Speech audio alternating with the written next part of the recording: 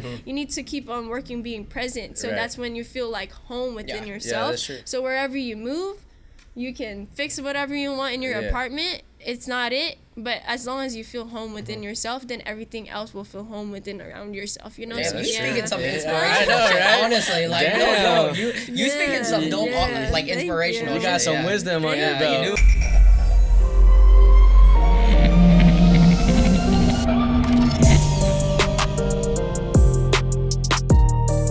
What is good, guys? It's your boy Corey. It's your boy John. And welcome back to the Artistry Drop, where we feature stories from today's rising artists. Guys, our guest today is a Filipina queen, born and raised in the Philippines, and she moved to San Diego, now living in LA, pursuing her goals and dreams. Guys, please welcome Pia Basilio. Let's go. Come on. What's up? Welcome to the show. Yes. And we appreciate you coming on. And Yes, this sir. is your first podcast, right? Yes, it is my first podcast. Are you excited to be on the show today? Yeah, I'm a little nervous, you know, because I don't know what kind of questions you guys are about to ask. No, you're good. You're good. Like I Okay. said, you know, it's usually a lot of generic questions, you know, just getting to know you, you know, as an artist. Small talk. Yeah, and small then- talk. But and then, of course, you know, we do our research. We're like news reporters. We got to kind of Pretty dive much. deep through your Instagram. And, you know, like, it's just a thing, you know. And that's how we, you know, we find out some dope stuff that people don't realize we're going to ask. Yes. You know, Yes, sir. so, but yeah, excited to have you on today's show. Yes, sir. But before we get into it, let's get into the drink of the day. All right, the drink of the day is called Ocean Blue. Again, inspired by a famous YouTube influencer, tipsy bartender. I'm trying to be a tipsy bartender pretty much are. myself. Yep. So Yeah. Ocean Blue is supposed to represent the ocean. You know, got some blue vibes looks and fire, white though. and you know that sandish color. Yeah. So what it has inside is rum. I actually, you know, made my own twist, white rum, dark rum, and then I also put some cream of coconut in there, blended it up, and then topped it off with some blue curacao and then whipped cream and a little dash of kiwi and put it on looks fire. all with the palm tree. Wasn't this more blue earlier? No. So Or it- only the top is blue. Okay. And then it comes down. That's dope. So it actually does look like an ocean now. Yeah, so That's ocean fire blue. with the waves and shit. Right. Yeah, that's dope. Yes, sir. It's All right, layered. Crazy. let's give it a try. Yep. Cheers. Cheers to a good podcast. Yes, sir. This is yummy. Ooh, yeah, that is good. Yes, sir. It's gonna creep up on you. Be careful. How much shots did you put in there? Well, it's a blended mix, so you know, blended between all three of us. I think I put Yeah. probably like 7.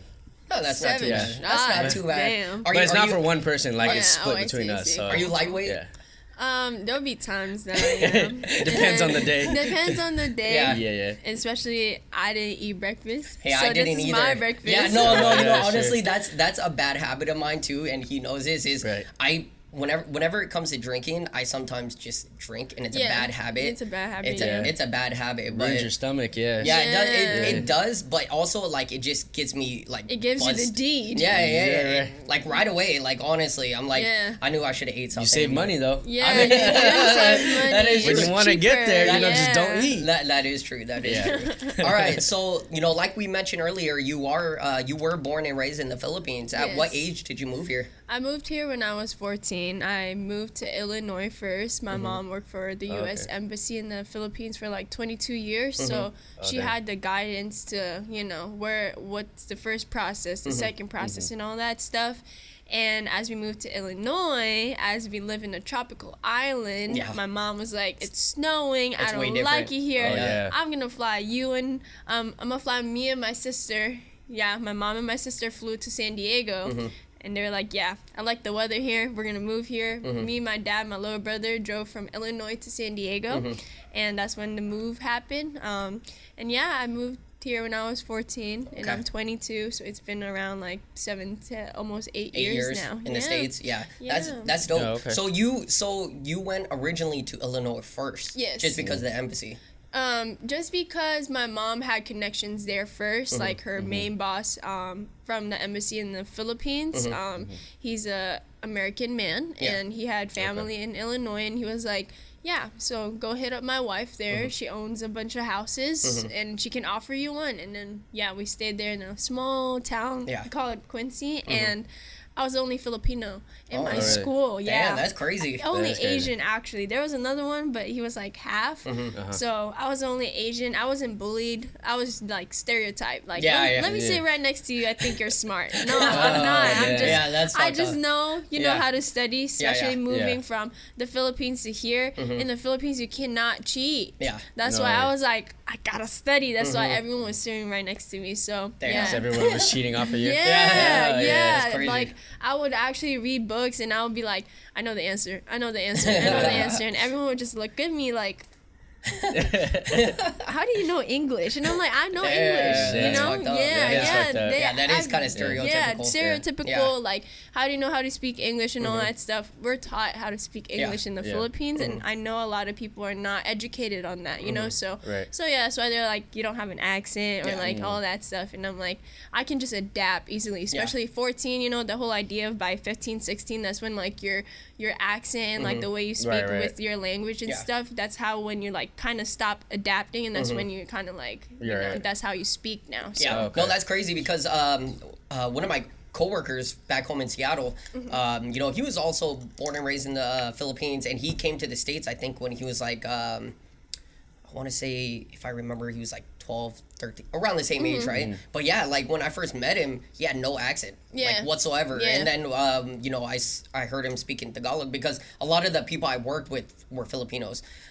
So, you know, once I heard him speak Tagalog, I was like, bro, like, where's your accent? Like, you know, majority of everybody I know that speak Tagalog at least have some kind of accent, you know? And it's crazy. Like, you guys can just adapt right away, and like that shit's gone. You know, damn, that's crazy though. When how long were you living in Illinois before you guys decided to move? Only 3 months. 3 months, because we moved around the time when it was about to be winter, and that's when my mom was like, I don't like the cold. That's why we kind of just like dipped out right after, and it was definitely like a process to like kind of like absorb, because I wasn't culture shocked when I moved here. I was culture shocked when I visited the Philippines in 2018.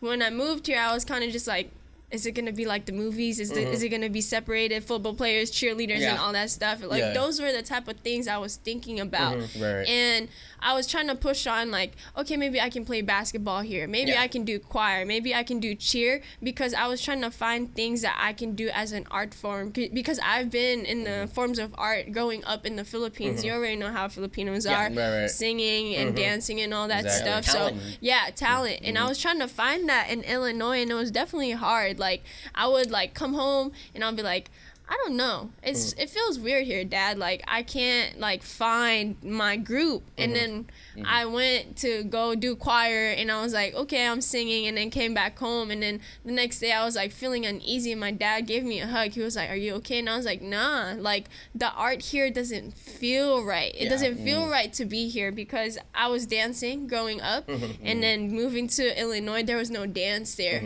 like hip hop and all that stuff. So yeah, like that was a transition with like school and stuff. So that's crazy, because I mean the city in Illinois you're talking about was super small. Small. So I'm assuming there just wasn't a lot going on there in general. Not a lot. Like everyone kind of knows each other. And there's a Filipino like community there, but it's fairly small, and their children are like whitewashed, you know, like so I couldn't really like connect or relate to them, but at the same time, like it's a different type of community that I still appreciated, you know, because they will have like a Filipino like game night, or like bring food and all that stuff. Like they still try their best to make sure that the community is there, and then traditions and stuff. So I appreciated that, but at the same time, like family wise and the weather and then like lifestyle and all that stuff, it was definitely not there for sure.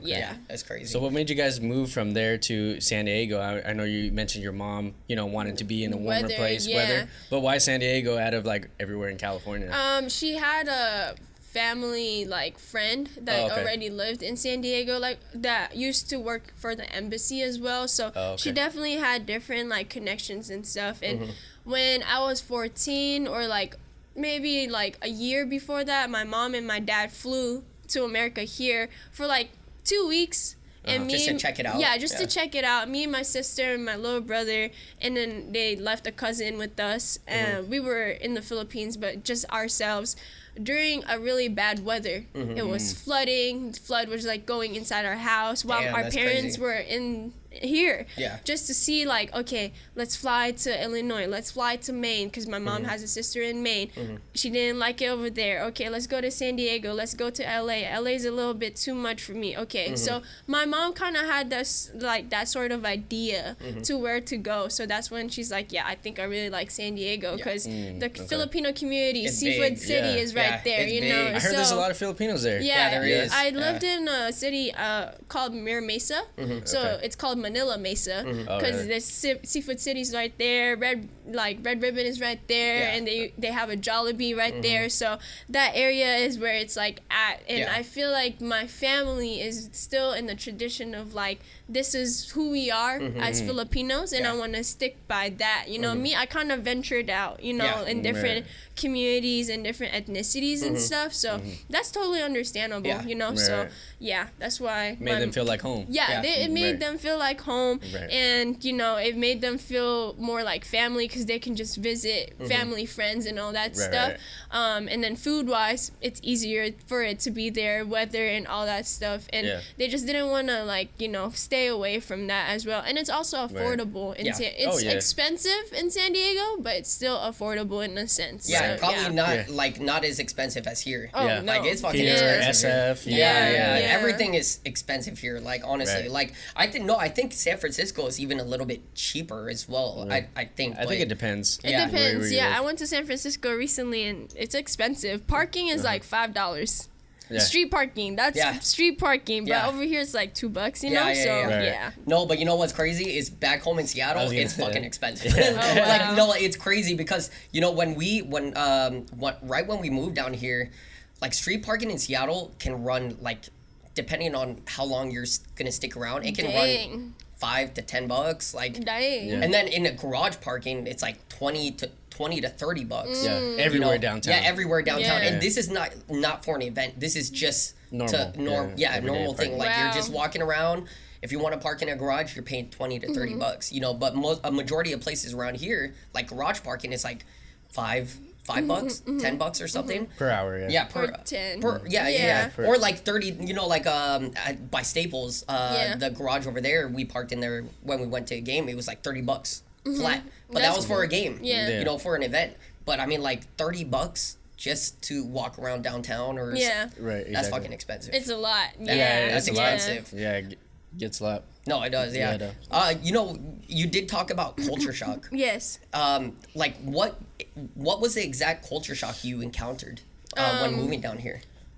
Like, not- was it just so different? Like, I feel like the first thing that got to me was the smell because Oh, really? before we officially like moved to Illinois, we were able to like go to LA, Anaheim first and all that stuff, Disneyland, Yeah. and visit my aunt in Maine. I think it's the smell. Really? Yeah, Damn. the it does smell bad. Yeah. It smells bad here. It's not like it smells bad, but more like The air quality. air quality Yeah, is air quality. different. Yeah. Because third world country, Yeah. polluted and all that stuff. And I like right across where I used to live in the Philippines, I live in like farm and like chickens and Oh, okay. pigs. So I used to smell all of that. yeah. Gotcha, you know, gotcha. like I was a farm girl. So it was better. yeah, Like, the it air was- was better. It's better here than for you. I mean, in different areas in the Philippines, like if you go to a different island and stuff, but for here it's like better. Yeah. And then culture shock wise, like I said, I wasn't really that culture shocked when I moved here, but more so like I was amazed on how organized everything is. Yeah. There's stoplights. Over there, there's no stoplights yeah. everywhere. You can just go straight Yeah. and there's traffic all the time. And everybody's like crowded. Yeah, crowded, yeah. Yeah. And another thing is how crowded it is in the Philippines and it's not over here.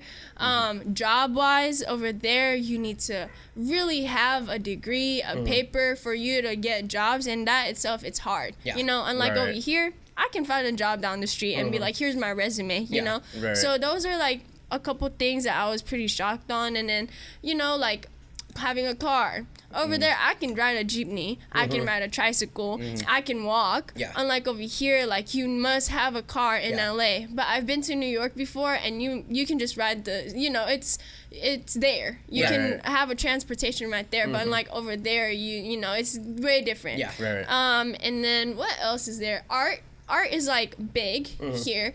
Over there, like I used to dance on concrete, in the rain and all that stuff. And dance classes weren't like as open and big over there. I don't know about it now. Maybe like in Manila.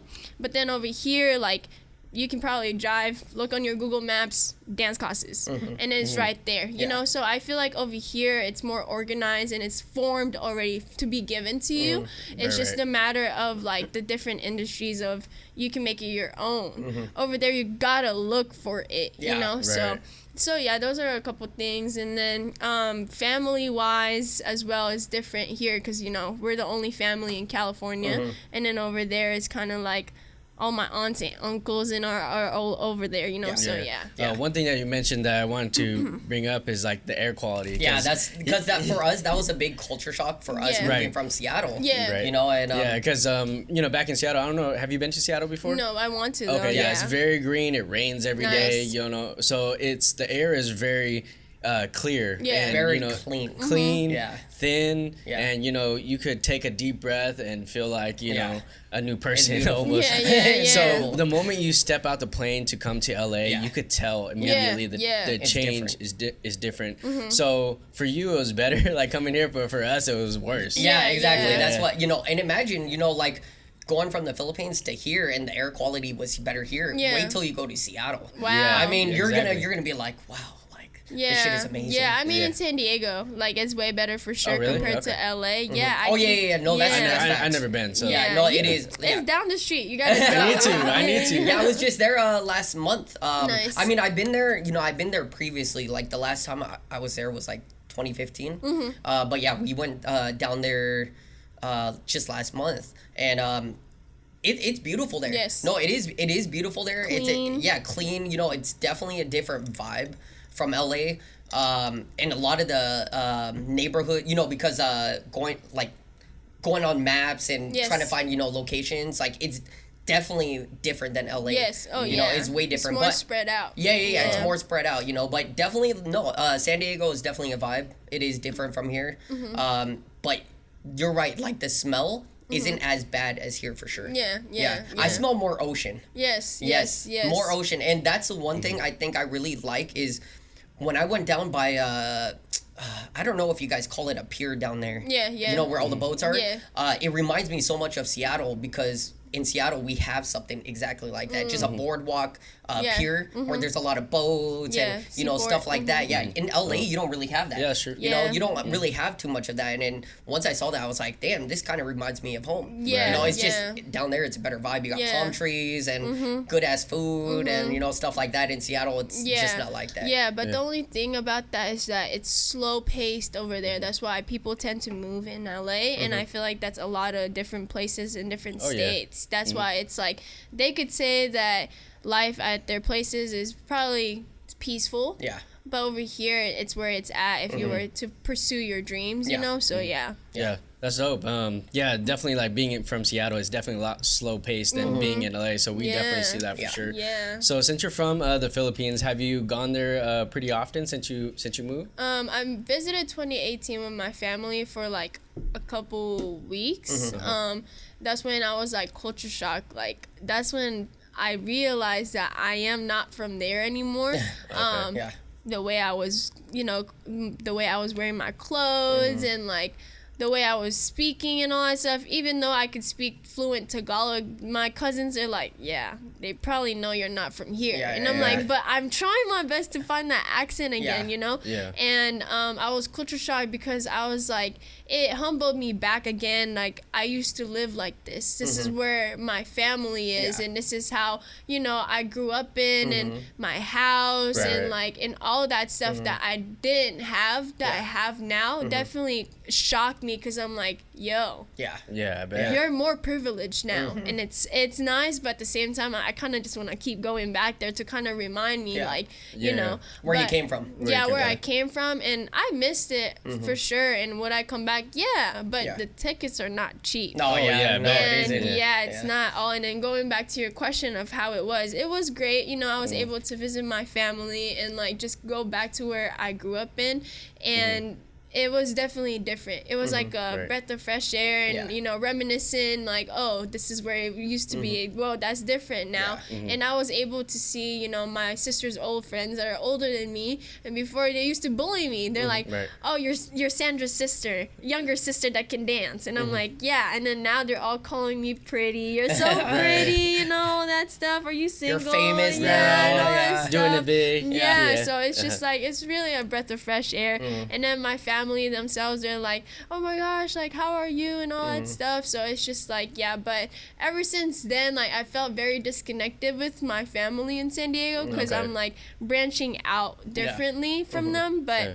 other than that, like, my family in the Philippines could see what I'm doing. Yeah, exactly. And they, you know, reach out to me now and then because I'm not in school. I drop out of school for me to pursue dance and all that stuff. Right. And I would get that text from the Philippines, happy birthday. Like, go back to school. And I'm like, whoa, you know. So wait, Wow. did you drop out of high school or College. college? Okay. College, okay. yeah. So you graduated here in the States, though? Yeah, Okay. yeah, okay. for high school, yeah, dope. in Mira Mesa in San Diego. San Diego, okay. Yeah, so, and then for college, I went to Fullerton College for a year and a half for criminal justice, because I was okay. definitely, you know, I was inspired by the movie or show called Bones, and they Yeah, do Bones. a Oh, lot yeah. of like criminal justice school. Oh, yeah, stuff. yeah. Yeah, my dad would watch that like when I was younger. I don't Yeah. think that was good, but you know, Yeah. so that was my passion. was a good show, though. It Yeah, was, it was. yeah. Yeah. I love watching it. I love seeing how people, you know who, what, where, when of like criminal stuff, and Yeah.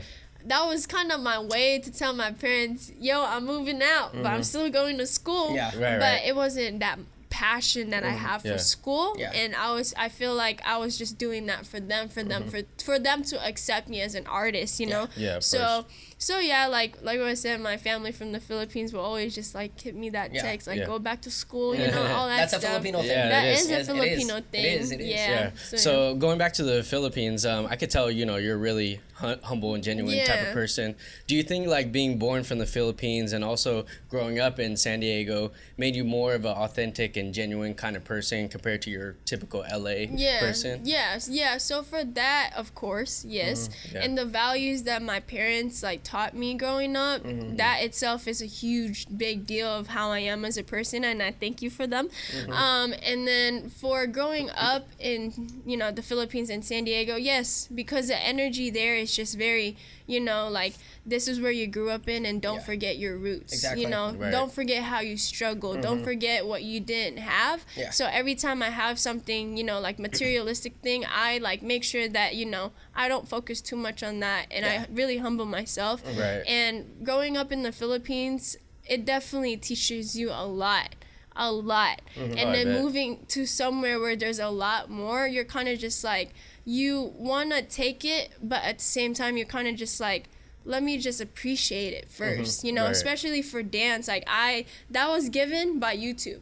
Like, I grew up like watching YouTube. Yeah. Yeah. But then now, like, I'm dancing in the dance studio with like big artists and big dancers, choreographers who worked with artists before. I'm kind of just like, I want to appreciate it, but Yeah. at the same time, like, is this true? Is this real? You know, those are the type of questions I ask myself as well. Because, Yeah. you know, and you Yeah. never know where you're at until you finally figure it out yourself. So, yeah, growing up in the Philippines definitely humbles you. And same in San Diego, because San Diego is very community, Yeah. and it's very much so, like, uplifting each other, and like what I said, it's very slow paced there, and people kind of just like stay there, and it makes you feel very like complacent at the same time, but at the Right. same time you're more aware of your surroundings. Right. Unlike over here, it's like Yeah, exactly. Right. it's like Exactly. fast. Yeah. Oh, it's like that. Okay, let me grab it. Yeah, Oh, it's exactly. like that. Okay, let me grab it. You know, to me, I was never like that as an artist at all. Like, like what I've explained to people before, I could take the easy route and,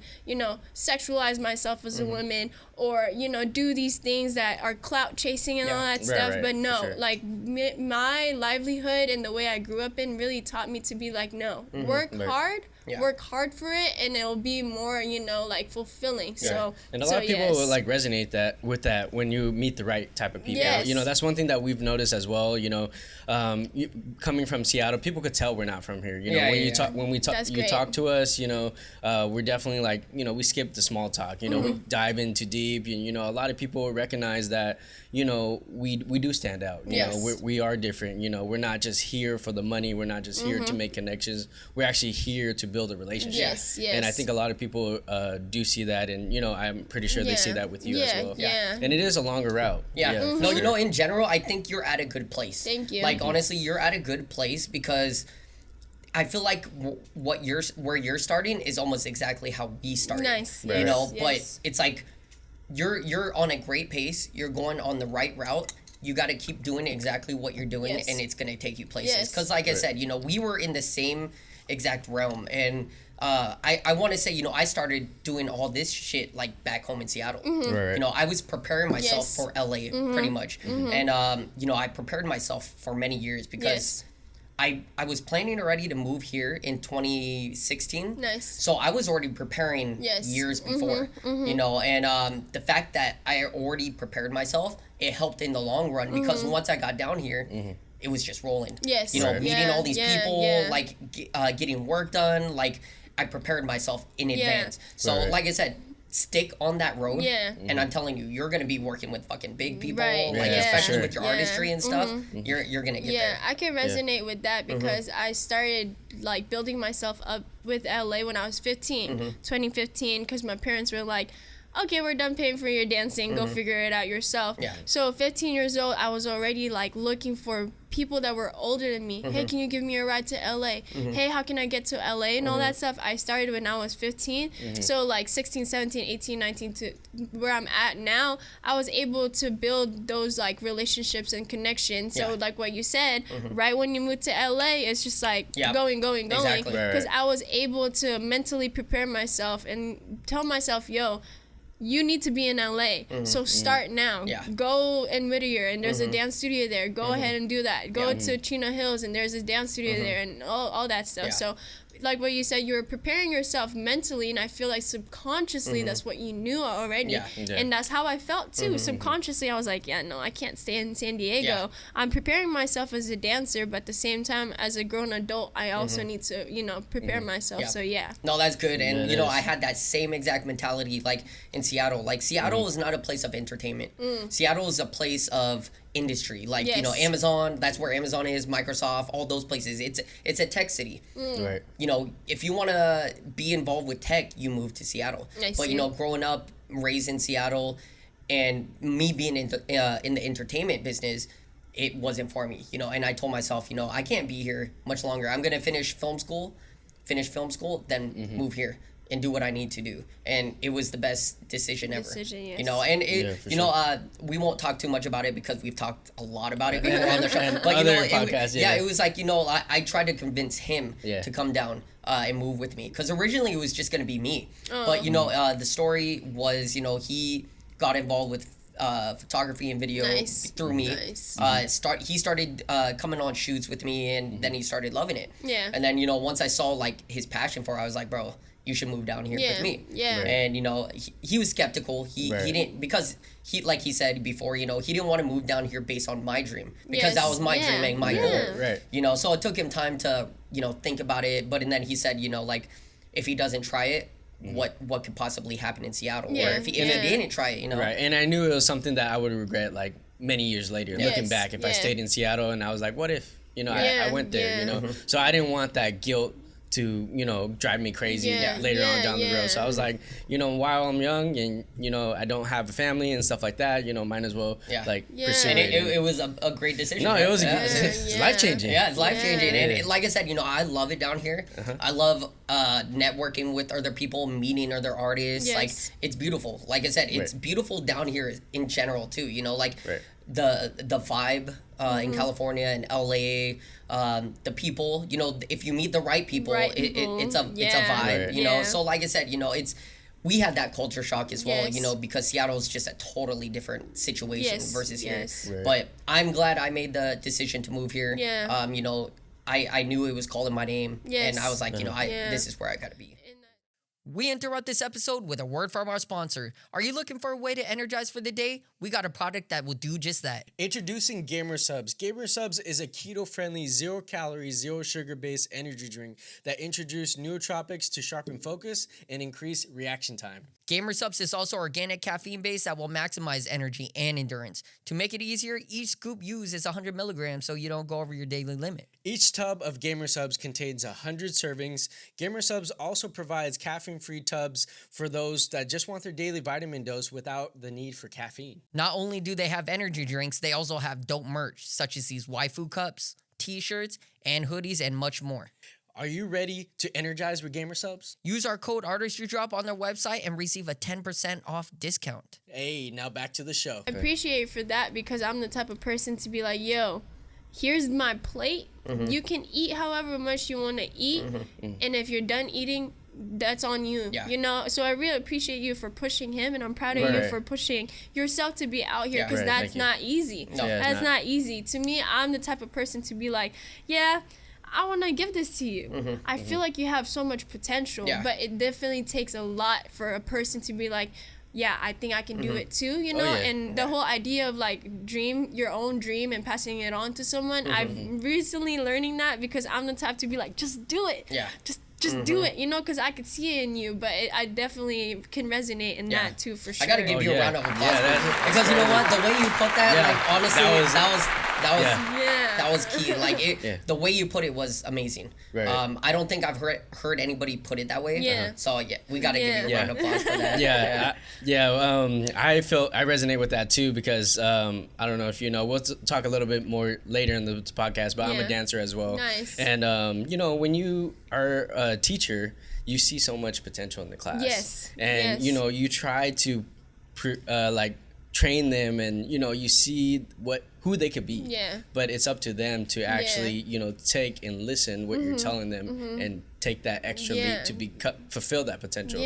So I knew exactly that's what he was doing to me. So it definitely like took some time. I moved a lot, you know, I won't dive into too much about it, but I moved a lot growing up. So being in Seattle was the place I felt like home for the first time. So I was like, do I really want to leave my home, you know, to start over again, moving the grind and all that. So it took a lot, but I'm glad I made that move, and you know, we're on another level, and I feel like we're in a great place. Fucking go. And that's a human thing for sure, especially like the idea of home. Like before, it used to be like my family's my home, Philippines is my home, and that's something I'm starting to realize myself is my home. If I don't feel safe within myself, then that means I need a lot of work to do within myself, and then I'll feel home wherever I need, you know, wherever I'm at, if that makes sense. Like especially like being present right now, like as I'm talking, I'm like telling myself to breathe, like Pia, be present right now. Like you need to keep on working being present, so that's when you feel like home within yourself.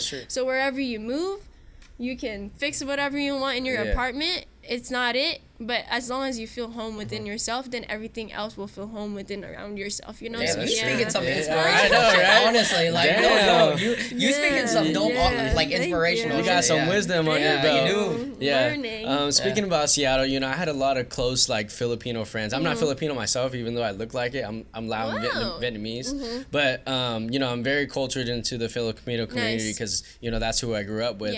I know when it comes to, like, Filipino parents, they could be really strict. And I know you mentioned a little bit about like how you felt like you went to school for your parents. So how did they feel about you pursuing like the arts and dance and all the creative arts that you do? You know, it was really tough. This itself is like a whole story in my life because they support me and they kind of just like, you know, let me do, but at the same time, they don't fully accept it, if that makes sense. The transition from high school to college was a huge transition and process. Every single day, hey, Mom, I'm going to move to LA. It goes a lot of like, why? why do you need to move there? There's school over here. You can dance over here. You don't need to move over there. It's too expensive. And it's just like a bunch of like arguments and like unhealthy, toxic, you know, foundational Filipino things that I had to like stick by. And it was definitely tough because we can't understand each other. How can I make someone understand something when they can't understand that? And that's something I had to learn later on down the line. They will never understand it, and I need to understand that. And I could never understand them because they have different outbringings in their lives. So now that I know where I stand with that, I just need to keep going. You know, keep going. And before, it used to be a whole idea of like, I'm gonna prove it to them that I can dance with Chris Brown. You know, but then now it's more so like I need to prove to myself that I can do this. You know, so before it used to be a fight, but then now it's more so like I'm gonna let them do them. You know, I'm gonna let them understand what they could understand, because you can never let a parent who has never done dancing, who has never done photography or DJing or, you know, working at a restaurant before for them to understand. You know, so at the same time, now what I can do, I can just inspire them, you know, that they can branch out whenever they're ready to, you know. But like I said, that transition itself, it was a lot because there was a lot of like, you know, the typical Filipino mental and emotional abuse that whatever you're doing is not right. But at the same time, like, I have learned not to take that personally, because like what I said, they could never understand, you know, what I'm going through, and I could never understand their outbringings, because when they were younger, they told me that my mom and my dad, or my mom, tried dancing, and then her mom was like, you can't do that. So that's kind of like, you know, that passed on generational curse that's getting passed on. And what can we do now is break that, you know? So yeah, like, I love my family, but at the same time, we just can't see eye to eye in the art. I mean, my sister, like, before she couldn't understand it, but then now she's starting to branch out. And once people start branching out, they'll understand more, like, in different ways, like relationships and all that stuff. Like, I could never understand why my mom and my dad used to fight before, and then now being in my own relationship, I'm like, I understand now, you know? So it's just like the matter of understanding and just appreciating them for who they are. So and just being open-minded too, because at the end of the day, you know, your parents are, you know, they want the best for you. And you know, the way they were brought up is traditional. And they only know a certain way. And even with you know, my parents, you know, and Asian parents in general, I feel like, you know, they are very traditional, and that's the only way they know to succeed. So of course, that's the only way they see you succeeding, and it's up to you to kind of like, you know, prove them wrong. And that's where I stand too. And you know, I got into the medical field because of my parents, and I'm still in the medical field now, trying to transition into this full time. I know you went to school for criminal justice. Did your parents want you to go to medical field too, as well? Medical field, engineering. My sister's electrical engineering. She went to UCSD. I'm proud of her.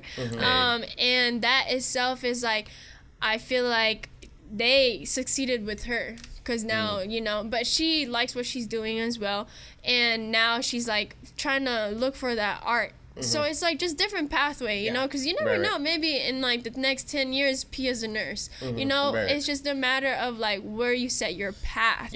And yes, they definitely wanted me to be a nurse, a doctor, an electrical engineer, or any sort of engineering, because like what you said, they just want the best for me financially. But I have learned, where is money gonna take you if you're not happy with whatever you're doing, you know? So I feel like that's something that I want to get out of myself. And honestly, if I can get my parents out of that too, I would, you know. And that's where I'm at too. I'm not very selfish with my art. Like, I'm trying to build this up so one day I can just like, you know, like, not save them, but more so like take them out of that realm of like working the jobs that they want to work, the, you know, like the 5 to 9 and all that stuff, 9 to 5 and all that stuff. So it's just like, no, that's totally understandable. You know, going into your artistry now, you are like literally the total package. You know, you DJ, you dance, you do photography, you model. Like, what attracted you to like just doing art? I know it started in the Philippines, but what attracted you to it? It makes me happy, and the people around it makes me feel very happy. Like, it makes me feel full. And I feel like I was just born to have art in me. And as I grow up and learn more each day, I feel like I'm starting to find different forms of love for it, if that makes sense. I don't know how to explain it. It's just a feeling that I have that I'm like, this is where I need to be. Yeah. You know, and then for me to introduce myself to other things, honestly, they kind of just like connect. You know, music itself, it's like there's different realms that you can go to. So that's where I'm kind of just like, yeah, this is where I'm at. It makes me happy. And before it used to be like, this can give me money. Yeah. But then now it's more so like, this can be my career and this can be something that I love. And I'm still trying to learn, okay, photography can be money, but at the same time, like, it's also my passion. And then same for dance. Like, I'm starting to feel as so dance is just a hobby now because I did all the music videos and I'm starting not to like it that much anymore. I'm starting to resent it because I'm like, they're making me work like this for hours and not get paid the way I want to get paid. I don't like that. And then same for DJing. I'm an aspiring DJ and I'm starting to feel as so like I love music so much and it makes me move. It makes me feel, and I feel very connected and present. And I think that's another reason why I love the art, because I feel present, you know, in comparison of like going to work and I'm kind of just like doing what people want me to do. And that's another reason why I love the art so much, because it's mine. You know, this is what it is. I might not have created it, but what I'm doing is now mine and I can make it mine and then share it onto other people. Because the whole idea of art for me is stop working for the man. And then you working for the man is not exciting. It's not, you know, inspiring at all. Now time to start working for yourself. Like you guys, like this is you guys are your own boss and you guys, you know, appreciate it and you guys enjoy it, and I feel like that's what it is for my art too, like working for myself and making sure that I protect that and then share it with the right people. So that's facts. I'm telling you, you got a lot of wisdom in you. Like honestly, you're inspirational. Thank you. You know, going back to, you know, dance though, like what made you get into dance in the first place? So I used to take dance classes when I was young. My mom put me in like ballet when I was 6. I don't remember anything. And then I started watching YouTube. I started watching Brian Puspos, Ian Eastwood, and Chachi, Megan Batoon. World of Dance when it used to be popping back then. ABDC and all that stuff. So growing up, like, I was the kid that was like, go dance, you'll get money. So that was already an inspirational thing for me.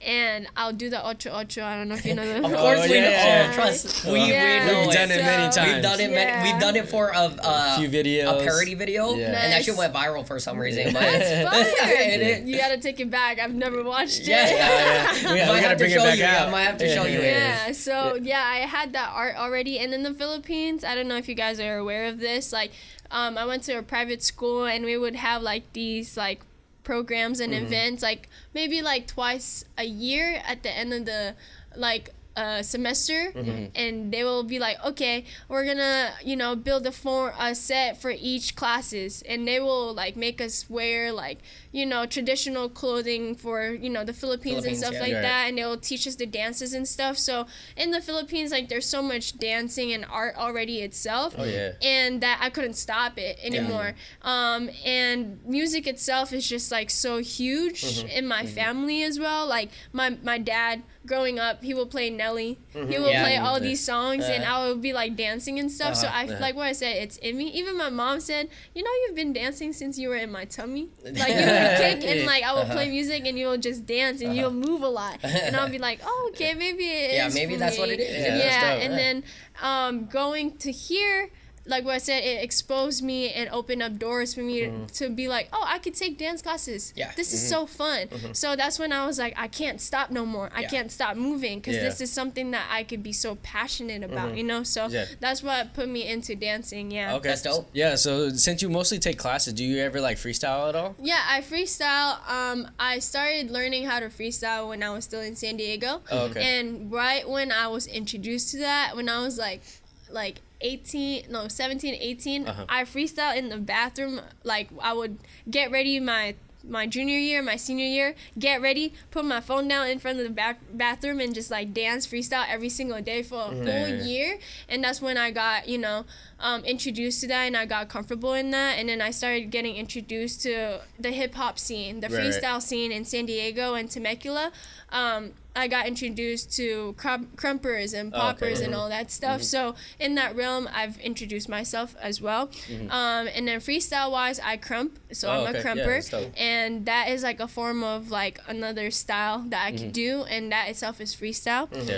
So that I do, and then I'm still trying to learn in my own ways of like trying to learn how to freestyle in hip hop and popping. I've learned a little bit of popping from like OGs like Pop and Pete and all that stuff, but I'm still, you know, I'm still a student in that form. But yes, I do freestyle, and I've taught my dance classes before as well, up in North Hollywood, in San Diego, in Vegas, in Bakersfield, in like different places.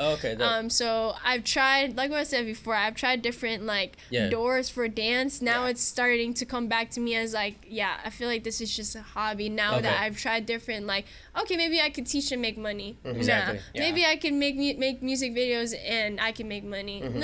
Maybe I could, you know, go to all these freestyle events and battle and all that stuff and make money. But that was not for me. I feel like now it's just like, I want to dance when I played my DJing stuff. I want to dance when I go to parties because I feel so much better. I feel that hype, and I feel like that's where it's at for dance for now. So I come from like a more like freestyle battle, popping, you know, choreo, hip hop and stuff like that. I was actually, you know, held a lot of events back in Seattle, and I was really in tune with the popping community and in the Pacific Northwest and stuff like that. So I come from a battle background, and I know, like, for me, like, coming from a freestyling background, it's hard for us to like learn choreo and do classes, and I feel like it's vice versa for like choreo heads to freestyle. Since you mostly take classes, do you feel like sometimes it's hard to tap into like to freestyle, or is like kind of, you know, both? I could resonate to that for sure, because when I transitioned from choreo to the freestyle scene, it was definitely hard because I had a mentor, and he was teaching me popping, and his name's JK. He's in Japan, and I hope he can come back soon.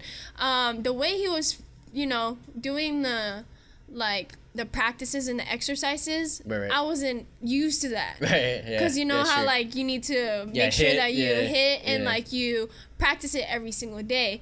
As a choreo head, the way we were taught is like 8 count. 8 count. 8 count. Exactly. And I told him, can you make choreography for popping? And I feel like I can adapt it in that way. And that kind of helped me, but at the same time, it was just that I'm not as consistent. And I'm still trying to learn my learning ways for all of that. And then for crump, you have the basics of like jabs and stomp and chest pop. You can form that and just make it yourself. So I feel like that's why I gravitated towards more crump, because I can be myself more. And then like what you said with the whole like freestylers cannot do as much choreo, and choreo heads can't do freestyle, and there's a huge barrier, and I am one of the people that I tried to like break that barrier, because I used to teach classes and I will like invite all these crumpers to my dance classes, and yes, they'll struggle, but at the same time like they'll try still, but at the same time, like what I've realized as well, you can't force it. You can't force it. If people want to take dance classes and they want to transition into that, then they want to do that, because I know a crumper, and she's such a dope like dancer, and she has technical and all that stuff, and she put in the work to transition herself from that freestyle scene into choreography. And if you want to push it, then you'll make the time to. For sure. And same for choreo heads, like if they want to learn how to freestyle, it just takes practice and for them to get comfortable in it. And also educating yourself, where does freestyling, you know, come from in your own body, or like what are practices that you can do yourself for you to be the best freestyler you want to be, you know? I dove into crump a little bit too, and I actually won my first crump battle. It was way back in the day, like probably like 2015 or something like that. I was really like getting into crump, but I just like being like versatile, you know, just being an all styles battler, you know, stuff like that. But one of the things that I see in choreo classes, like when you freestyle, like after the choreo is done, people are like, what the fuck? Like, damn, this guy can freestyle, or this girl can freestyle. Like they're on another level, because they know it's something that they've tried to achieve for so long, you know. And so you definitely stand out when you come from a freestyle background. But then while you're taking the choreo classes, at least for me, I'm like, damn, I'm looking at everyone else, and everyone's looking at me. They're like, this guy can't dance, you know, stuff yeah, like that. yeah, you know? yeah, and it makes you different for sure if you have like a background in freestyle, especially Yeah. like in hip hop, because the movement itself, like, because choreo, it's like a skeleton, Right. you know. But if you have, you know, the parts of that skeleton already, it'll Right. come out more natural. Especially if you've seen a hip hop freestyler take a dance classes and they know how to adapt choreography as well. Right. Is so great to watch, and Oh, I yeah. feel like I love that more Yeah, rather exactly. than just sticking to one, you Oh, know, yeah. because Definitely makes you like unique. yes, Yeah. yes, because for some choreo heads that don't know how to freestyle, they just know skeleton. Right. It's exactly. just like, here you go. They don't really know their bodies well Yeah. enough to be like, okay, make it their own, yeah, make it their unique. own, Yeah. make it unique, or even expand to what they know already in their boxes, you know. Right. So yeah, like I feel like it's not.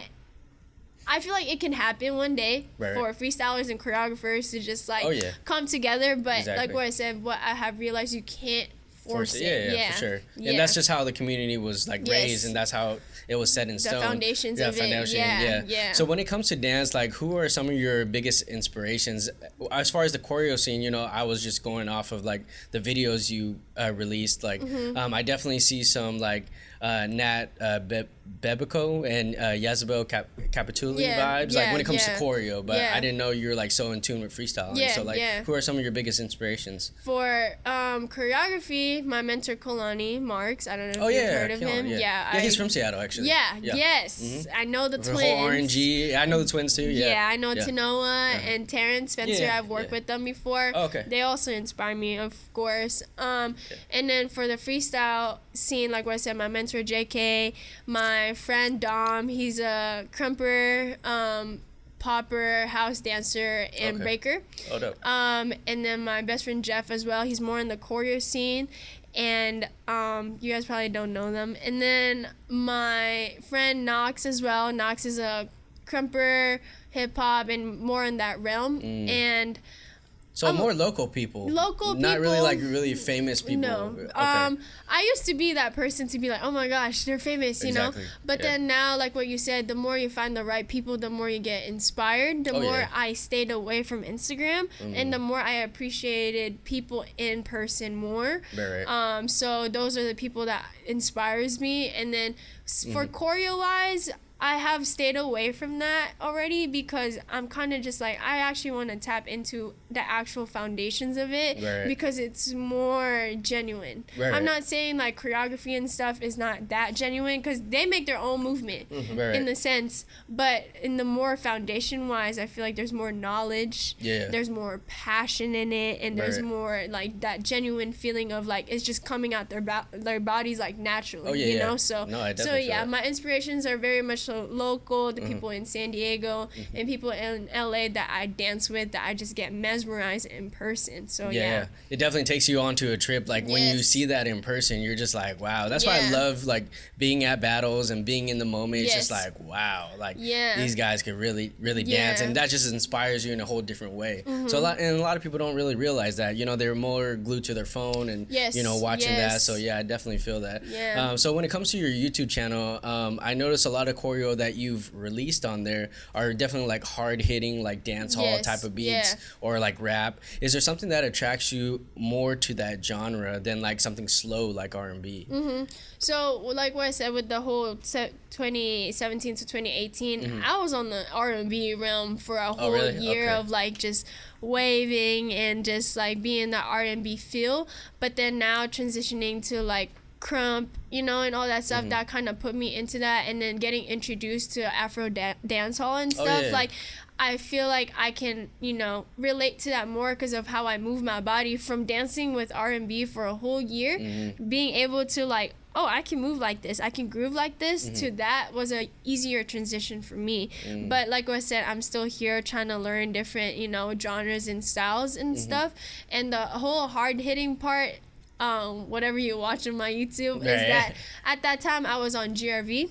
And I Okay, don't know you if were. you've heard Yeah, GRV, GRV, before. yeah. And GRV is like very hard hitting. Super fast. So super fast and hard hitting. Yeah. And wherever I'm at, like in dance wise, I Mm-hmm. feel like that's where it kind of shows like, you know, my artistry in the Right. sense. So now that I'm in crump, that's where, Sure. you know, Yeah. you know, and all that stuff. And then when I started learning, other stuff like Afro dancehall, I'm able to portray that more, if that makes sense. So wherever I'm at in the genre of dance, that's where I'm trying to portray as well. So yeah, that's dope. And it's dope that you came from like R&B into like more fast paced, because a lot of people who get into the choreo class and stuff and they start with the fast pace, they feel awkward when it comes to moving slow. So the fact that you came vice versa, especially from a freestyle into choreo too. Yeah, especially coming from San Diego. The San Diego scene is like hip hop.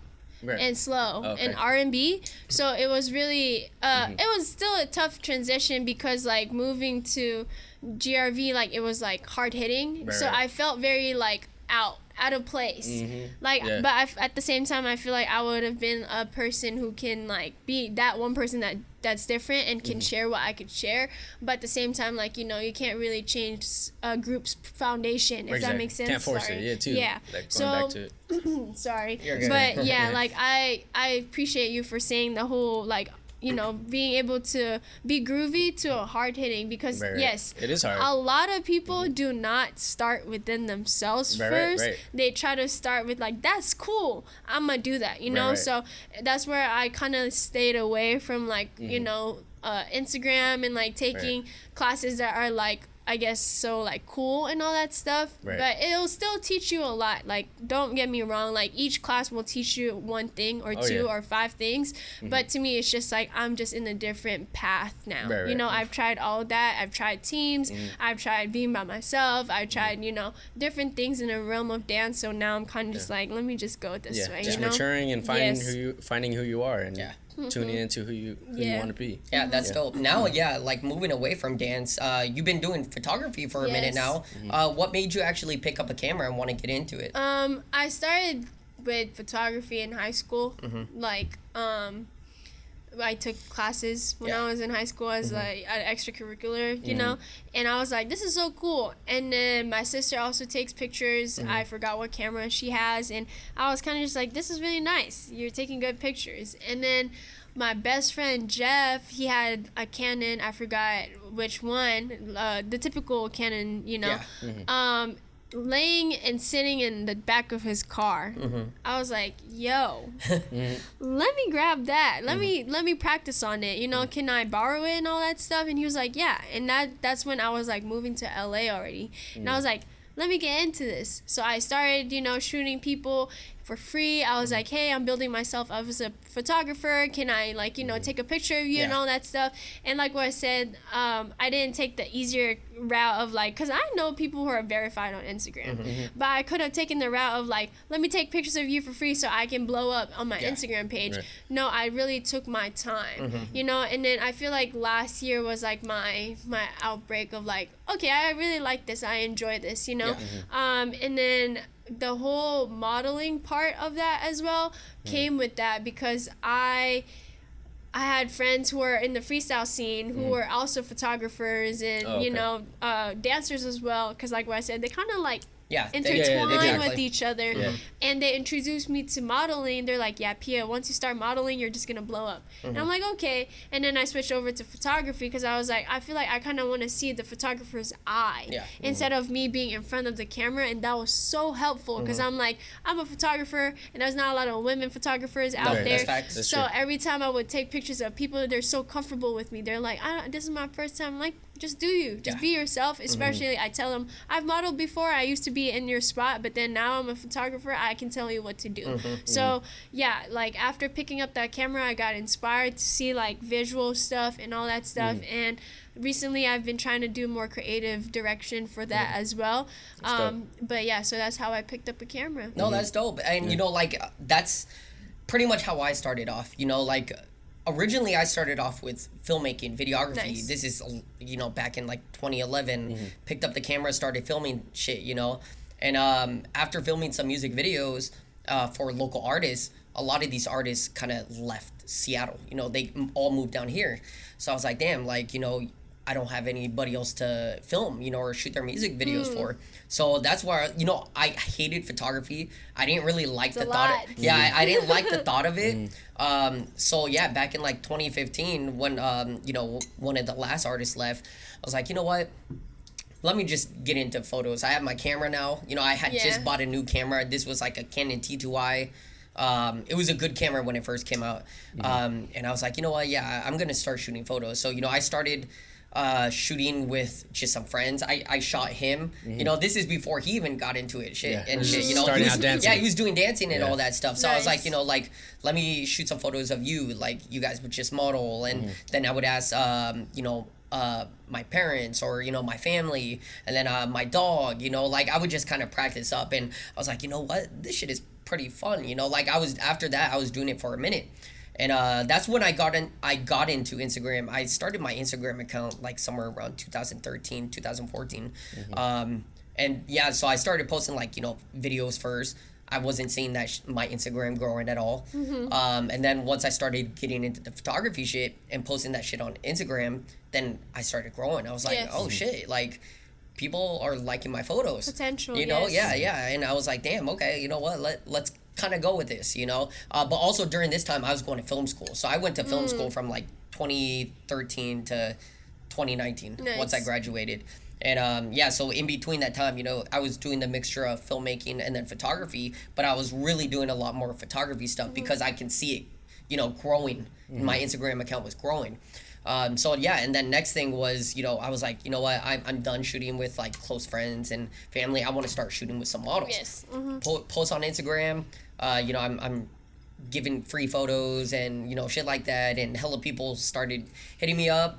Then, you know, off of that, it's like that's when I started growing more, was when I was actually shooting with people outside like the friend realm and family realm. That's where I was like, okay, I got to start doing this more, like start reaching out to more models. So I would post a story like, hey guys, doing free shoot this month. And the first time I did that, I had over like 50 to 60 people reach out to me. I was like, holy fuck, like I'm good for like the next few months, you know? And then yeah, pretty much, you know, that's where he came on board. You know, he started, you know, I told him to come with me, try to take some photos, see if he liked it. He liked it. And yeah, pretty much from then on out, he would just come to my shoots and, you know, I'll let him practice with some of the models and stuff like that. So I think, like I said, you know, a majority of us start kind of the same way. Some people do start a little bit different. Yes. But yeah, I think the way you started was pretty much, you know, the same exact way I did. When, like you did mention, you know, you did reach out to people for photo shoots when you just started. Are there people now reaching out to you wanting to shoot and stuff like that? So that itself, like what I said before, my mindset is kind of like, I like this and I could see it growing. So I was like, let me just, you know, ask my friends to take pictures and stuff like that. And especially if you have the eye already, it's kind of just easy to just be like pinpoint, and knowing the basics of like rule of thirds and all that stuff. Like once you have that, you can, it's just easier. And I was like, yeah, you know, just keep asking people, and one day people will start asking you. And that itself is work, you know. And then now, people have asked me for weddings and like quinceañera and photo shoots and stuff, and headshots for dance as well. That's when I'm kind of just like, whoa, this is so cool, and this is what I manifested, you know, like you just keep working hard for it. One day people will ask you, you know, and just keep putting in the work. And at the same time, like, it is a lot of work to like click, and there's like 1,000 and thousands of pictures you gotta look at, you know. Like right now I have like 2 projects that I'm working on right now as well. People are definitely asking me. It's not like consistent as I want it to be, but that's on me though, because I'm like trying to bounce off 3 different like artistry that I'm doing. But yes, people are asking me now. You will get there, I'm telling you. No, like it took a while for me as well to get to that point where people reach out to me, and now it's people like reach out all the time. And sometimes, like at this moment, I'm not focused on photography. I'm focused on filmmaking. I've been shooting a lot of music videos, and you know, that's why I went to school. I went to school for filmmaking and to shoot movies and music videos, you know. So the photography was fun, you know, and it still is. I definitely want to, you know, get back into it at a certain point, but it's not like I need to go out and shoot right Yeah, now. yeah. I'm focused on filmmaking, you know. Yes. But like I said, photography is an amazing art. It's fun, and it's definitely addicting, especially once Yeah. you get Yeah. really into it. You get It deep is. into it. You know, Yeah. it's addicting. Yeah. You know, so Yeah, it's definitely fun. When it Yeah. comes to like your portraits, do you mostly shoot portraits, or I know you mentioned a little bit of quinceañeras and other Yeah, events. yeah. Like, what kind of photography do you do? So I Mostly. do headshots Okay. mostly for dancers because I feel like that's my niche. Yeah. That's my demographics and stuff. But Okay. slowly switching over to like creative direction and stuff because I did a Filipino project recently and I'm still working on that right now. I don't Okay. know if you guys saw, like I had 3 Filipino models and I had asked Isabel Hilado. I don't know if you guys know her. She's a Filipino designer as well. okay. You guys should probably have her here too. Okay. And I asked her to if I could use her clothes and stuff. And then I asked another artist, which is Flowers. His name is Jude Yap. He's also Filipino. Maybe you guys okay. can have him here. hey, Okay. just send them all over to me. You know, Alright. honestly. Yeah. No, it would be dope to get them on. Just send them over to me. Yeah, so I was like, time to like do my own creative like direction of like, let me just have all my homies come and my friend Marcel, he does hair and stuff, and I have another videographer that I was like, I've been taking like headshots for people, how about make my own now, you Right. know? So that's when I started doing the creative direction of, okay, this day we're gonna do a Filipino project, have 3 Filipino models, Yeah. you know, buy some Filipino chips and then have that, and then have Filipino clothing artists Yeah. to you know use for the clothes and stuff. So that's one that I've That's dope. shot, and That I is want to dope. do more. You know, like I want to do different cultures as well, Black culture and all that stuff. And then I also do quinceañera. Like recently, I did a quinceañera, and then I did weddings recently, and like lifestyle as well. Recently, I did a lifestyle. Someone hit me up, yo, Pia, I just want to go to the beach and take pictures of me. I also do artists and stuff like Shayna. Shayna. Yep. I posted a couple, you know, gifs of her. I was like, Shayna, you're performing? I'm gonna grab my camera. I wanna, you know, do content for Yeah. you. And I think that's where it gets addicting to, because you're like, wow, I could share my art with other people that could share their art with me. Exactly. Right. So that's where it gets like very much so like exciting and enjoyable. So those are the different styles that I shoot. Yeah. Okay, No, that's dope. Yeah, that is dope. And like I said, I mean, the niche Yes. thing, you're gonna eventually find one I think you're gonna really Yes, love, because I yeah. think right now you're still adventuring Yes, out, Yeah. and that's yeah. what I was doing. You know, I was adventuring, shooting landscape photos. Yeah. I was shooting photos of my dog, and you know, I was shooting portraits and stuff like that, and cars. You know, I was shooting a Nice. variety of Yeah. stuff, and that's where, you know, it ended up for me. I just love working with people. Yes, You know, yeah. connecting with people, posing them and telling them how to pose, and that stuff was fun for me. It's like the other things, you know, like landscape, it's boring for me, Yes, because you're yeah. just taking photo of, you know, whatever.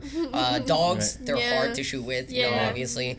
Cars are cool. It's just, it's the same kind of thing, you know. It's like you can only get specific angles of it, but with people, you can get a variety of Energy. angles, Right. energy, and Yeah. all that. And you know, that's how I fell into the niche of portraits, and Yes, that's yes. just what I love Yeah. doing. Same. You know, when you got into photography, did you learn a lot from YouTube, or did you kind of just learn on your own? We interrupt this episode with a word from our sponsor. Are you a gamer and looking to amp up your gaming setup? Then we've got an amazing gaming brand for you. Tilted Nation strives to get their customers involved with their development process of new products in order to establish a personal connection, and not to mention truly optimized products for the gaming community. They want to go beyond developing amazing products and to lead the gaming community into a united community that works together. A community that pushes gaming essentials to unimaginable heights. They've hooked us up with amazing gear such as this gaming headset stand, mouse pads, and this awesome laptop RGB stand right below my laptop. And now they're hooking you guys up. Use the discount code Artistry Drop on their website, link below, and receive a 15% discount. Now back to the show.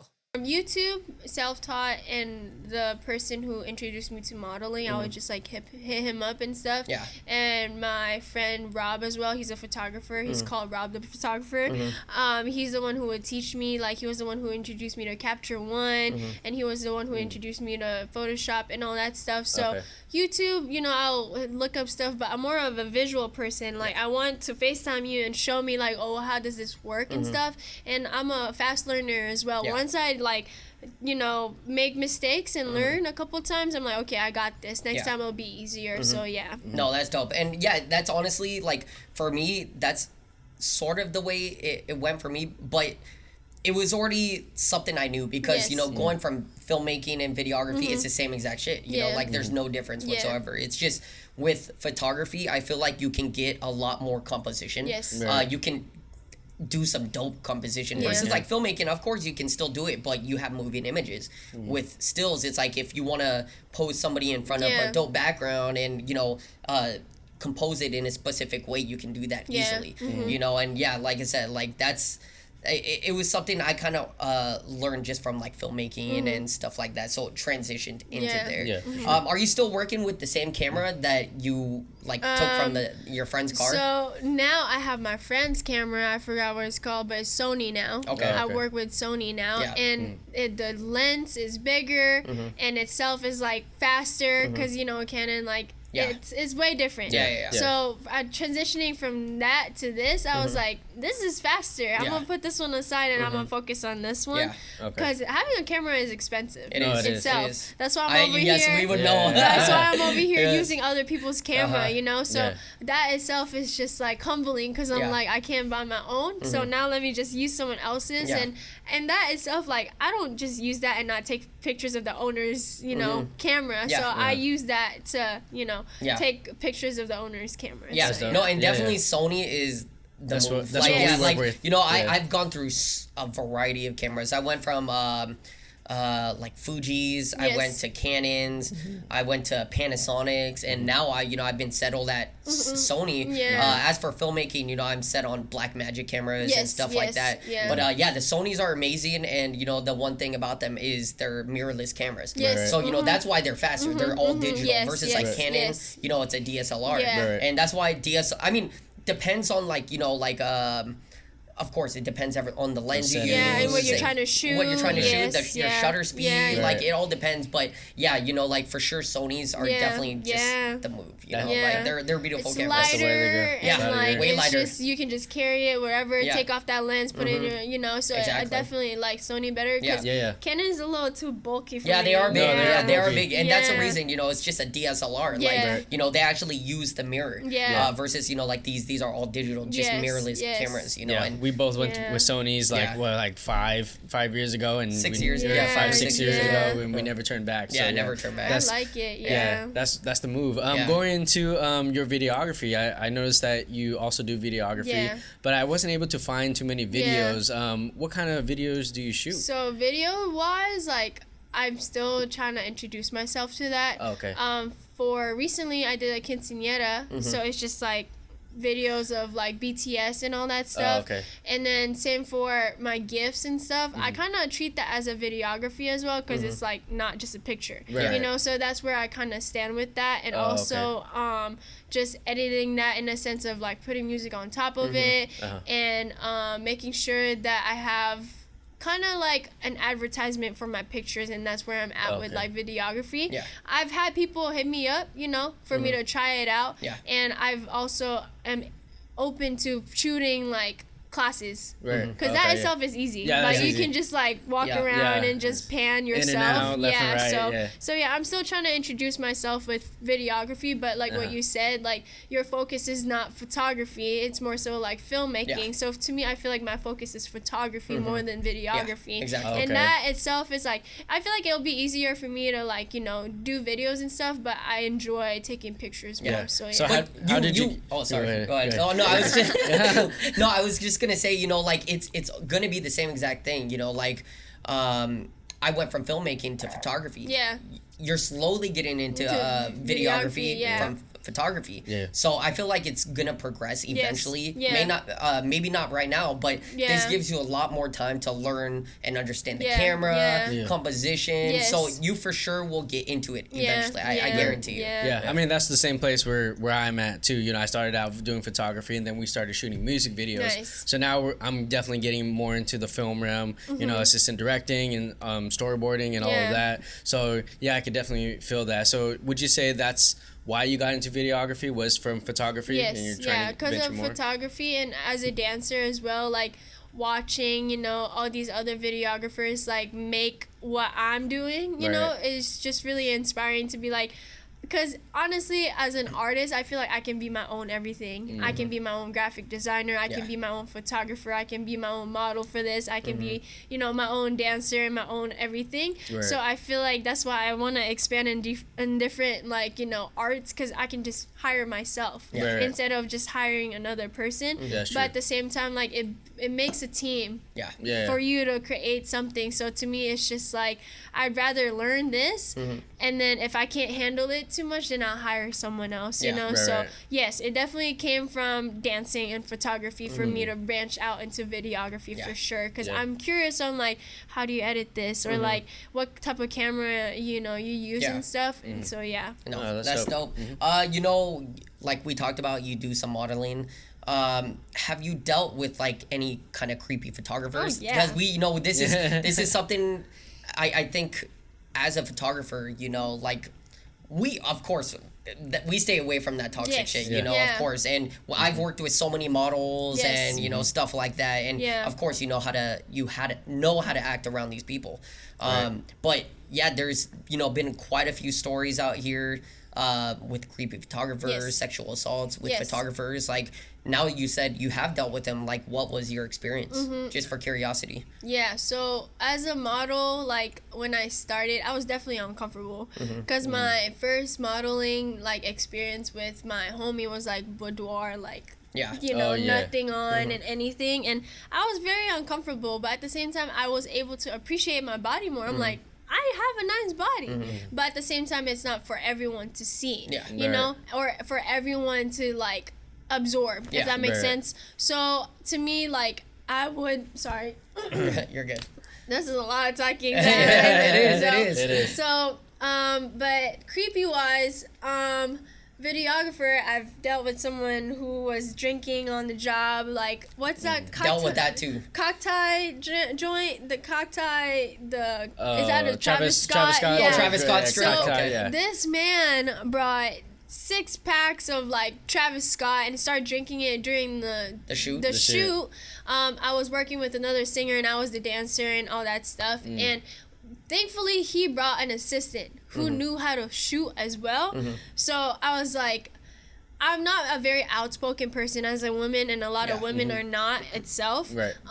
So I was able to stand my ground and be like, yo, are you drunk Yeah. at the job right now? And he was like, Pia, I'm just chilling. And I'm like, you can't even stand up. You can't even like talk Yeah. properly. I need you to sit down because you're making us feel uncomfortable. Yeah. Yeah. And then I will like fix my dress because I was wearing a dress at that shoot. He'll be like, you know, stop touching your ass. And I'm like, what are you talking about? Like, I'm just fixing myself. And then he would like make jokes and start like hugging the singer like excessively. And I'll be like, yo, Yeah. like, Yeah. stop touching her and all that stuff. And so that's one.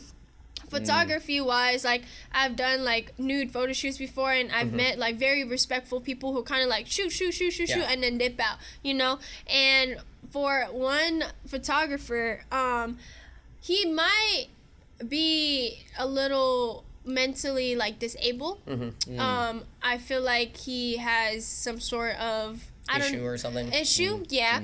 And at first I kind of like saw it like maybe this is how he shoots.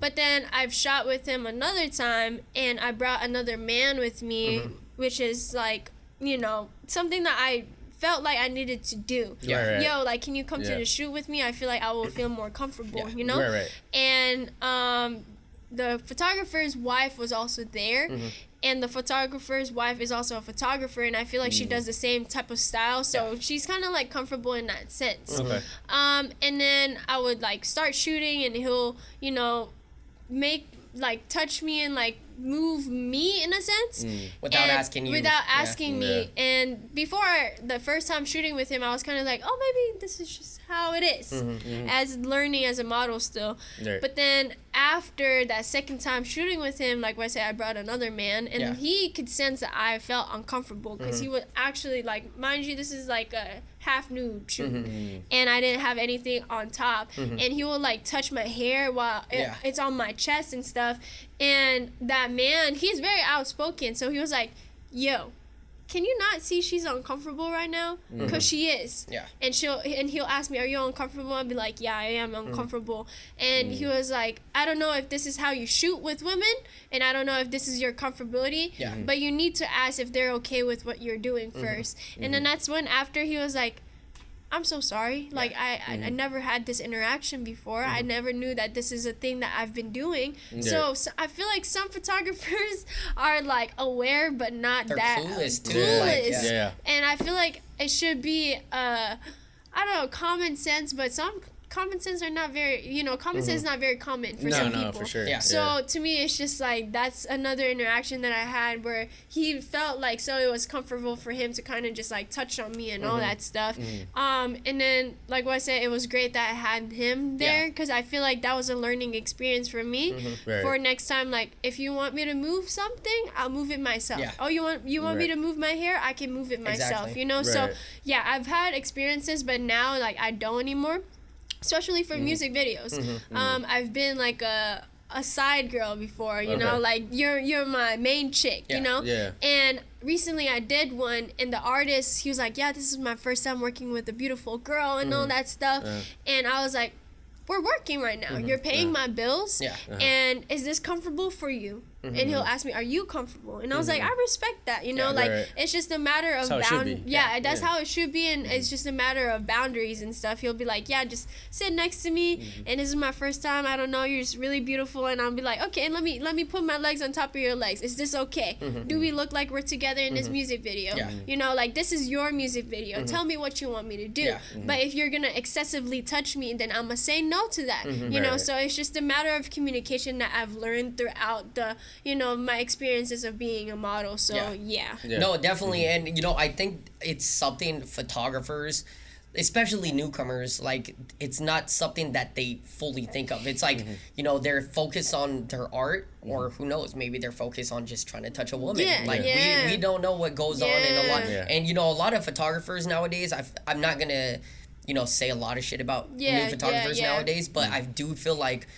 a lot of photographers get into the art of photography just to work with women. Yes. Right. That's facts. It is. I mean, it's just a thing. And I know some people back home, we talked about this before, there's a blacklist in Seattle on photographers that work with, or blacklist by models that work with photographers, because there's so many creepy ones out there, and like I said, I just don't know. Like, some photographers just don't have respect. Yes. Yeah, And sure. you got to make it one of those a practice where you're like, hey, can you move your hair just a slight bit, Yes, or tilt your head? Like, you shouldn't need to move a woman's head to get it in a specific way. Just be like, tilt your head a tiny bit, pose this way, and stuff like that. And I feel like some photographers, especially new ones, just don't understand that. And because they're just getting into it, or they're just doing it for the reason to touch a woman. Right. And I feel like it's a logical thing that they need to have, but that's also a human thing. Like, if people are not logical enough, we need to understand that's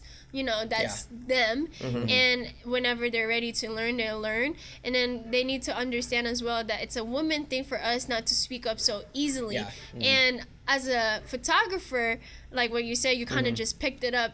There's values in it that you don't learn until you learn it yourself. Because I feel like right when a person pick up that camera, they only learn about the camera. Exactly. Not really like the environment of it, the people that they're working with. So yeah, I can totally agree on that. How people don't really like learn the respectful aspect of it, and not just photographers, also like videographers and creative directors and stuff like that. That happens anywhere in a sense of like creative direction and stuff like that. So it's really sad, but at the same time, like, I feel like it'll form in that way, especially on how social media are now, and how like sensitive people are now as well. And I'm not saying badly about people being sensitive, but people are starting to be more outspoken, because I've seen posts on Instagram before about photographers like, this photographer touched me, don't work with this photographer forever again. Like, it's fast. Yeah. But at the same time, people are not smart enough that it could ruin your career in so many ways. Quickly, too. Quickly. Like, once one word goes out about you, that's it's it. done. You're done. Nobody's going to want to work with you. Right. And,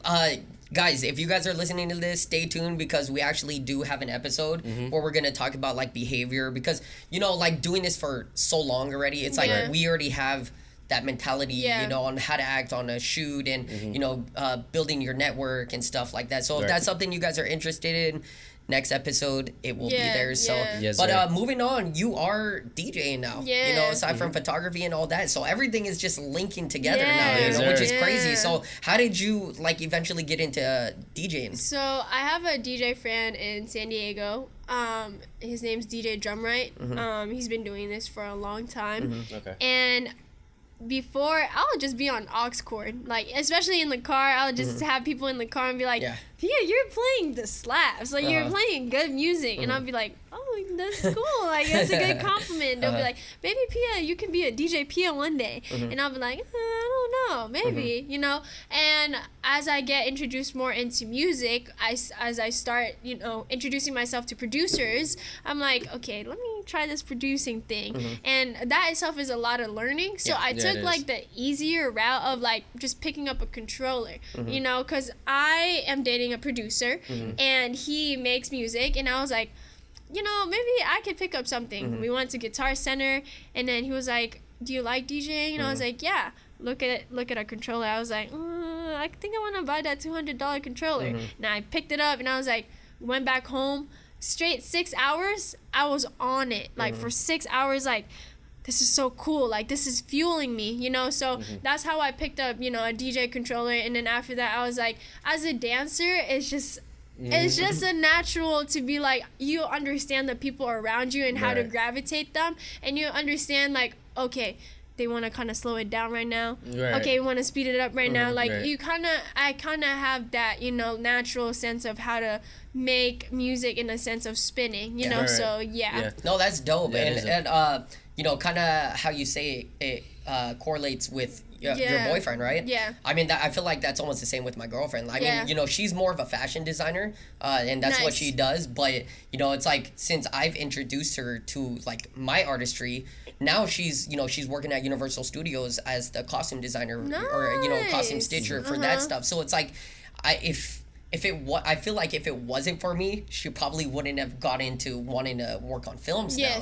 But I feel like it's something like when you have a partner that has the same, same in the interest. arts. It's like you kind of eventually get interested in it. So that's really dope, though, that you kind of got involved with that. Yeah, you gravitated towards it. Because I was like, it's so interesting having seeing him where this start first, like the beats and all that stuff, and then I was like, I kind of want to go to this one instead. Yeah, y'all are couple goals. I hope to one day experience that. Yes, you will. No, and that's funny too, because sometimes she'll just be laying in bed and I'm editing videos. She'll be watching what I'm doing, and she edits videos now too. Like, she was doing vlogging at one point and stuff like that. But like you mentioned, you kind of watched and overlooked what he was doing, and then you're like, what, this is kind of cool. Maybe I want to try it. It was the same thing with her. We started a vlogging channel like during the pandemic, and she was the one editing all the videos, so she kind of learned inspired. It was like inspiration from what she was watching me doing and stuff like that. So that's dope, though. That's really cool.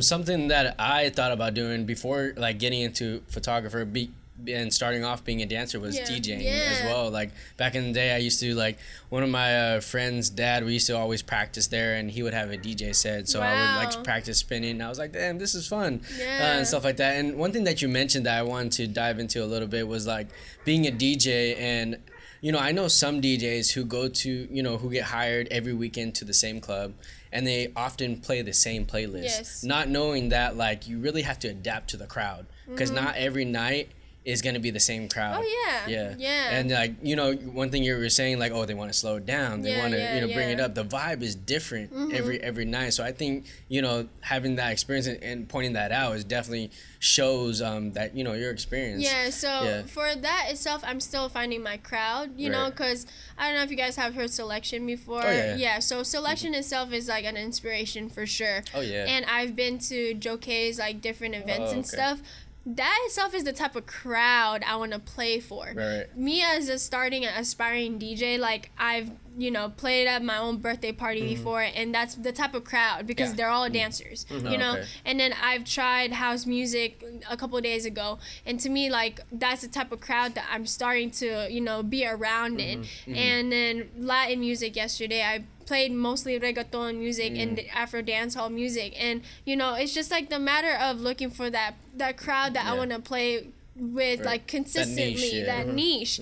I'm still trying to look for that for me to find that crowd and make my own, honestly, because I can work and work and work for all these like events and bars and all that stuff, but at the same time, like if I want that specific niche and like demographics and stuff like that, then I just gotta make my own, like R&B night, pull up, you know, instead of like me trying to force myself into like different genres that I'm like not really that educated on or knowledgeable or like, you know, comfortable in, but I would like to educate myself more each day with music, because there's a new song coming up every single day, you know. So to me, it's just like finding that right crowd and like knowing what type of crowd I want to play for, you know. I think that's dope, because I think that reflects to like anything in art. Like obviously being a photographer and filmmakers, we, you know, have to specify our niche, because we could get easily lost into the weddings, the events, the photography, or the portraits and stuff like that. You know, we definitely found our niche, and once you find that and make it your own, you flourish.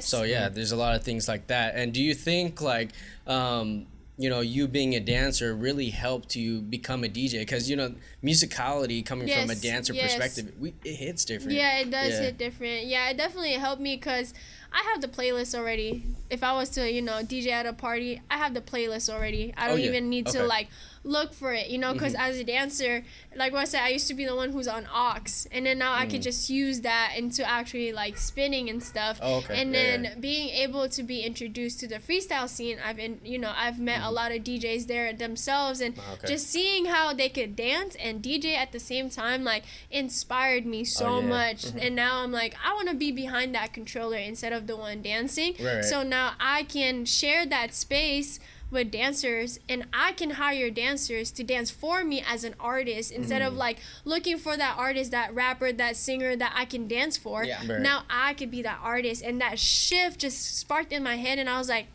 now I could be the artist. You know, I can have the dancers to dance for me, because I know a couple like DJs that have dancers like Major, you know, that has like, you know, dancers in front of him just like dancing while he's playing. So definitely sets the vibe too. And it brings more of the people out when you have dancers already on your own. Do you DJ mostly at clubs, or do you do events? So I started DJing like 3 months ago, and then I exposed myself to DJ this week, like last week or this week, and then all these people, hey, do you want to play this, you want to play this, you want to play that, and to me I'm still starting up. And then even tonight, like after this, I have to drive to Rancho Cucamonga, because I have been invited to DJ at a, you know, like a party, I guess. So, and I'm still starting out, like what I said. I don't really have that like consistent see yet, but at the same time, like I'm being thrown at the fire. No, that's good. Because when I posted that video or like picture that I'm a DJ,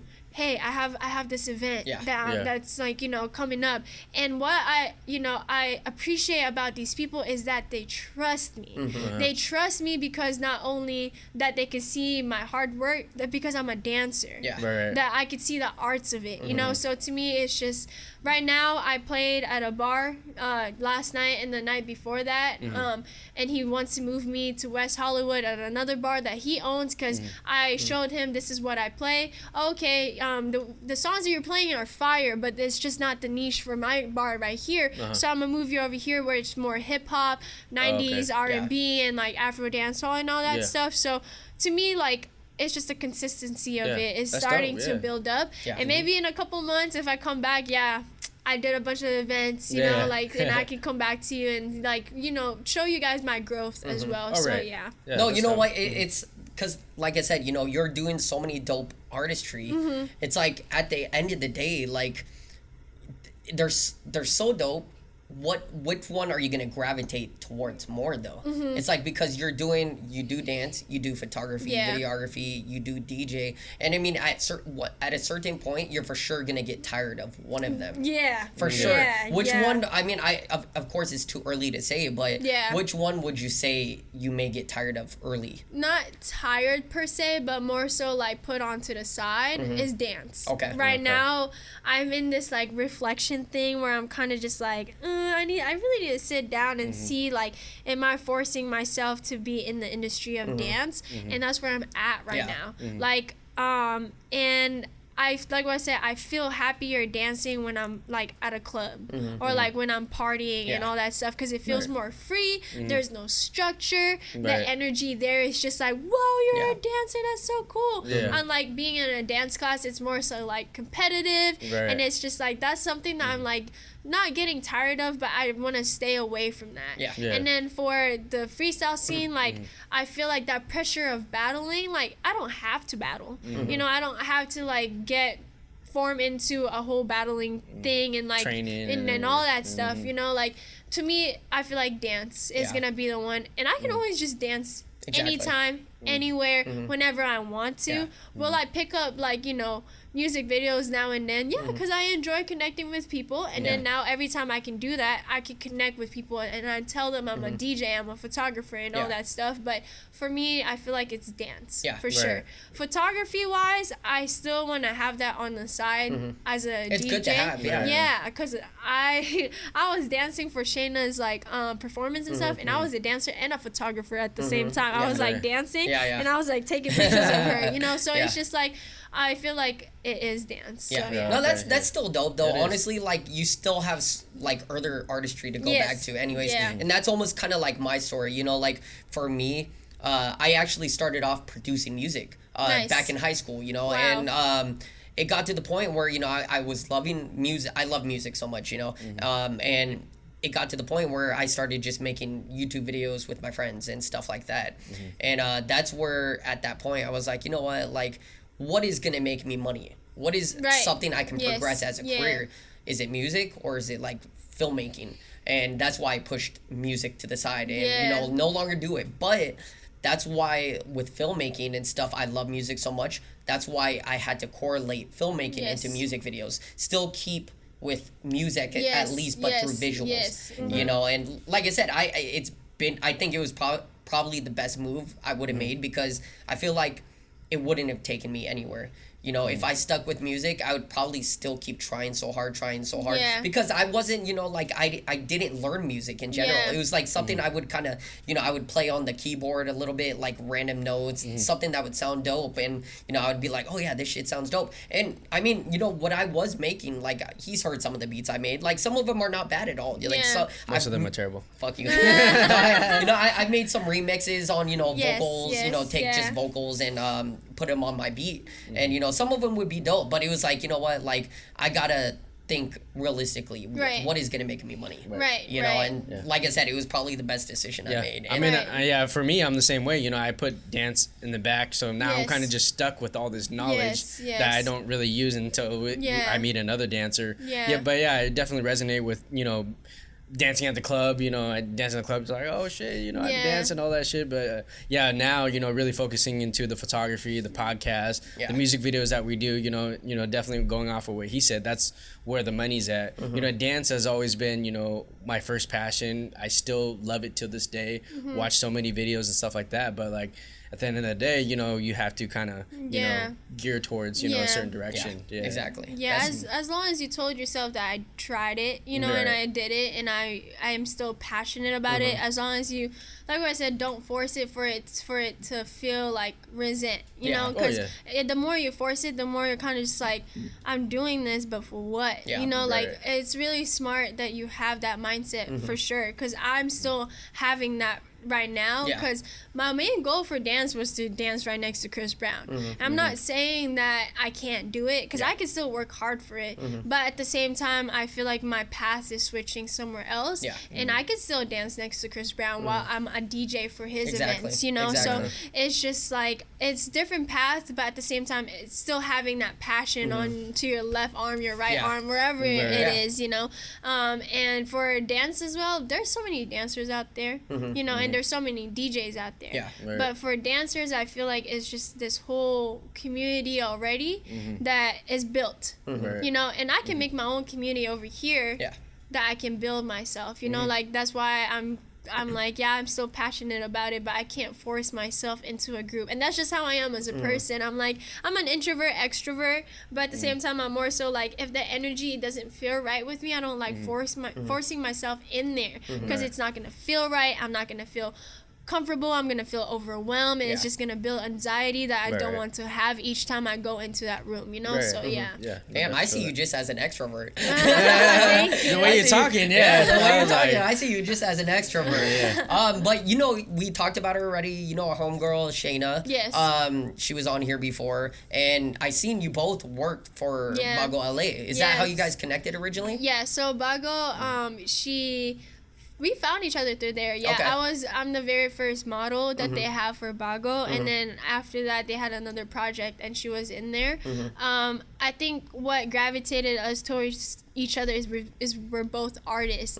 She's a singer and I'm a dancer and all that stuff, and then being Filipinos as well. That's what it is. So and then we just hit each other up, you know, like, yo, we should you know, have lunch together, and we went on a lunch and we were talking for hours and, you know, just connecting and all that stuff, and we have built that connection after that, and like that relationship. So I support her and she supports me, and I feel like that's a good foundation in itself already.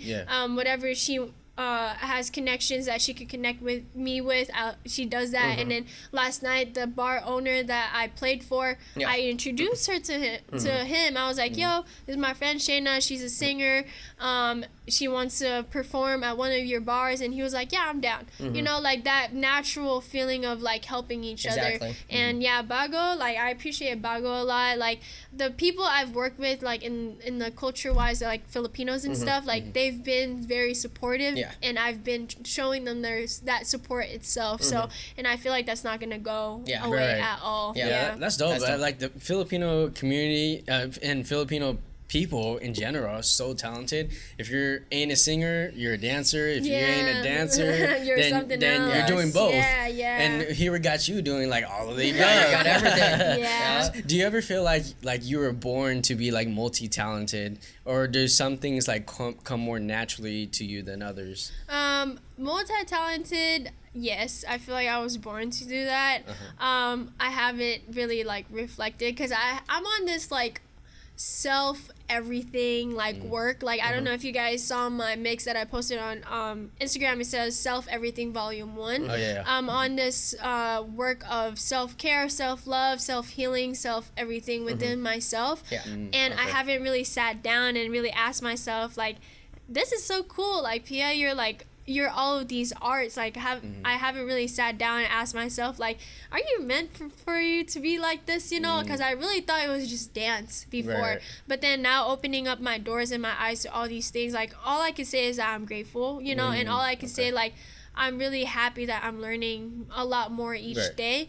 And then my mom has told me before that you can do and be whoever you want. Like she wanted me to be a singer. Maybe one day I'll pick that up too. But she was like, go play your ukulele and just like play, you know, and post on YouTube that you're a singer while you're dancing. Because I feel like they could see the vision, but their vision is something else, you know? And growing up too, I have asthma. So like I really needed to do something physical, and I feel like that's why dance was like the main one. But my mom put me into swimming, piano, and like Taekwondo. I did Taekwondo for 7 years. She put you through everything. And all that stuff, because they wanted me you know, and that's another thing about Filipino parents. They form you when you were a kid, but then when you get older, the more you gravitate towards that, they're like, no, stop. Stop. So it's just like, I go to school. Yeah, I bring that back to my parents too, because they were the one who introduced that to me. So yeah. No, that's dope. Yeah, and you know, we kind of talked about this earlier. You know, Filipino community and all that, and we've talked about it quite a bit as well. How important do you think it is for like the Filipino community to support each other, like especially, you know, being in the creative field? Very important for sure, because like what I said, I haven't really introduced myself in the community itself, so I feel like there's a lot of building itself still that needs to happen. We're all talented, you know, and the fact that whatever is famous in the Philippines cannot be famous over here. Yeah. And I feel like that's a huge problem. Yep. Because there's so many things that are so famous in the Philippines, but I'm going to give it to TikTok. Because TikTok is doing its thing, for sure. And it's very important because, like, our culture itself is so beautiful. Our culture and our foundation and the way we grew up in, is that itself is a story that not a lot of Americans know. Not a lot of other people know. Exactly. And I can speak that on with just different cultures in general, period. You know, like, I feel like instead of us learning about the American culture, I feel like we could all learn about different cultures, especially being diverse here in America, you know, and helping each other out in our own culture can make us different and have us like form a huge community together. So yeah, that's dope. Yeah, that is dope.